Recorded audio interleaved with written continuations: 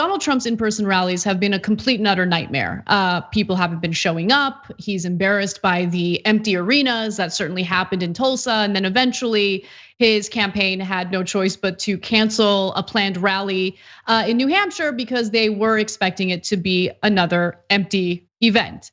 Now, he has decided to use coronavirus briefings as a substitute. If you can recall, early on in the pandemic, he was doing these briefings and they were so embarrassing and they hurt his poll numbers so much that his campaign advised him to stop doing them. Well, now he's switching gears and he's realizing, well, maybe I should do this because it's the highest rated reality show in the country. He makes that argument. Take a look. Well, we had very successful briefings. I was doing them, and we had a lot of people watching, record numbers watching. In the history of cable television, there's never been anything like it. And we were doing very well. And I thought it would be sort of automatic, and a lot of positive things were happening. And frankly, a lot of the country is doing well. A lot of people don't say, as you understand. But we have had this big flare-up in Florida, Texas, a couple of other places. So I think what we're going to do is I'll get involved and we'll start doing briefings, whether it's this afternoon or tomorrow, probably tomorrow, and I'll do briefings. And part of the briefing, I think, much more so than last time, because last time we were nowhere with vaccines or therapeutics. And let's say that ended 6 weeks ago, we'll start them again. And I think it's a great way to get information out to the public as to where we are with the vaccines, with the therapeutics, and generally speaking, where we are. Now, to be fair, the viewership for those briefings was definitely high, as the New York Times reports. It had an average audience of around 8.5 million, or roughly the equivalent of the season finale of The Bachelor. And he said he would probably start again today. And he did start again today. So we're gonna show you a clip of that in just a minute. But before we do, I just want to go back to what he said about how he was doing very well with those briefings. Just want to refresh your memory about what it meant to do very well during those briefings. This is what it looked like. Hydroxychloroquine. The nice part is it's been around for a long time. So we know that if things don't go as planned, it's not going to kill anybody. There's a possibility. And I say it, what do you have to lose? I'll say it again, what do you have to lose? Take it. I just think it's something, the expression, I've used it for certain reasons. What do you have to lose? What do you have to lose? But hydroxychloroquine, try it if you'd like. It will be not a game changer, because that's not a nice enough term. It will be wonderful. It'll be so beautiful. It'll be a gift from heaven. They say taking it before the fact is good, but what do you have to lose? You also weigh in on this issue of hydroxychloroquine. What do you think about this, and what is the medical evidence? That question? Yeah, well, maybe 15 times. Okay. You don't have to ask. He's your medical expert, correct? He's answered that question 15 times. Then I see the disinfectant, where it knocks it out in 1 minute. And is there a way we can do something like that by injection inside, or almost a cleaning? Can you say, sir, what metrics you will use to make that decision? The metrics right here. That's my metrics. That's all I can do. I'm not a doctor, but I'm like a person that has a good, you-know-what. People tuning into these briefings, they want to get information and guidance and want to know what to do. They're not looking for rumors. I'm the president and you're fake news. So according to Donald Trump, telling people to inject themselves with disinfectant is doing very well with these briefings.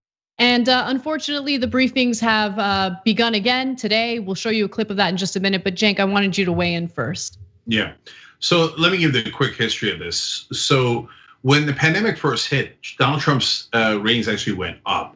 And there's good reason for that. Whenever there's a national emergency, the ratings of every president goes up. After we were attacked on 9/11, George W. Bush's popularity rating got into the 90s. So people go, okay, well, let's rally around the leader. What changed that? Well, the epidemic kept getting worse, but most importantly, it was Donald Trump doing these press briefings. Now, they're right that 8.5 million is a big number, but of course he doesn't give you the context. Since everything he says is a lie, I feel obliged to tell you the reality. Number one, if every news channel is covering you at the same time, you will have higher ratings. Okay, almost anyone that everyone covers will get 8.5 million viewers combined. But even so, and ER used to get 30 million viewers at a time. So none of his facts are right, but that's the least important part. But what people saw when they started watching those was a guy that they were not familiar with, because most people do not watch the news that closely. And so when they were panicked, they were worried about their family, they tune in. A lot of people see the president and they see him talking about injecting bleach. And they're like, whoa, what? No. Oh my God, I didn't know. I thought it was fake news. It turns out he is that dumb. I mean, when he says things like, this is the metric, what does that mean? Your mind is not even a metric. A metric is a measure of something. He's so unbelievably stupid. On hydroxy, he said, what do you have to lose? What do you have to lose? You saw it a million times. Family, I covered this story recently, had their daughter who was 17 years old who had issues with her immune system go to a church gathering with no social distancing and no masks. They were like, no, it's okay. We're gonna do a hydroxy on her. She died. I'm not saying she died because of the hydroxy, but the hydroxy certainly didn't save her. And so that's what you have to lose, people's lives. And so now his poll numbers continue to decline after the press briefings were over. They were such a disaster. People are like, you gotta stop, otherwise you have no chance of winning. So, but the numbers declined because things never got any better. Things continued to devolve even more so. So now he's gonna go back because he's obsessed with celebrityness, television ratings. He even said, we got 5 o'clock, it's a good slot. You're not a TV host anymore, you're the president of the United States. So when he goes back, he thinks it's gonna get better. It's not gonna get better. It's gonna continue to slide down, I guarantee it. Well, he did hold a briefing today. We're gonna show you a short clip of that, and then I will share with you why ABC News is not to be trusted. Take a look. Young adults may often have mild or even no symptoms. They won't even know they're sick. They won't have any idea that they have a virus. They won't have any idea at all. America's youth will act responsibly, and we're asking everybody that when you are not able to socially distance, wear a mask, get a mask.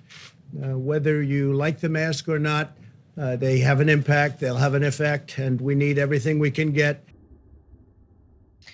So in response to the way Trump handled the briefing today, ABC News Politics tweeted the following.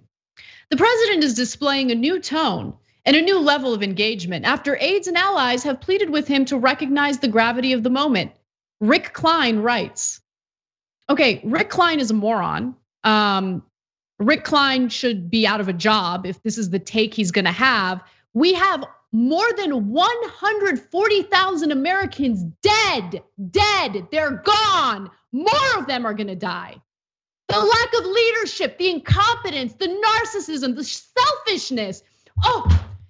So presidential. Donald Trump, for half a second, took coronavirus kind of seriously because he's worried about his chances of getting reelected, so he's trying out a new tone. So presidential. Rick Klein, you suck. You suck.